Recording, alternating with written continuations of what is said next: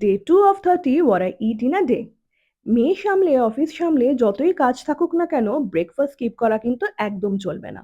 সকাল সকাল 4টে কাঠবাদাম খেয়ে নিয়ে 1 গ্লাস উষ্ণ গরম জলের মধ্যে চিয়া সিড দিয়ে আমার সকালটা কিন্তু শুরু হয়ে গেল।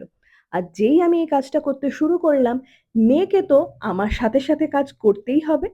আর ব্রেকফাস্টে খেয়েছিলাম পিনাট বাটার দিয়ে এই ব্রেড, আর তার সাথে ছিল কলা আর ডিম সিদ্ধ।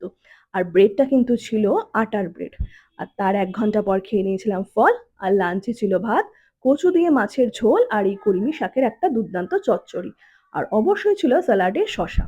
আর সন্ধ্যাবেলা খেয়ে নিয়েছিলাম এই মাখানা মশালাটা, যেটা সম্পূর্ণ বাড়িতে বানানো গোলমরিচ আর নুন দিয়ে। ব্যাস।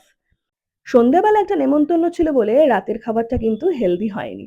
তাতে কি, একদিন চিট ডে চলতে পারে। তাহলে চলো দেখা হচ্ছে তোমাদের সাথে ডে 3 নিয়ে।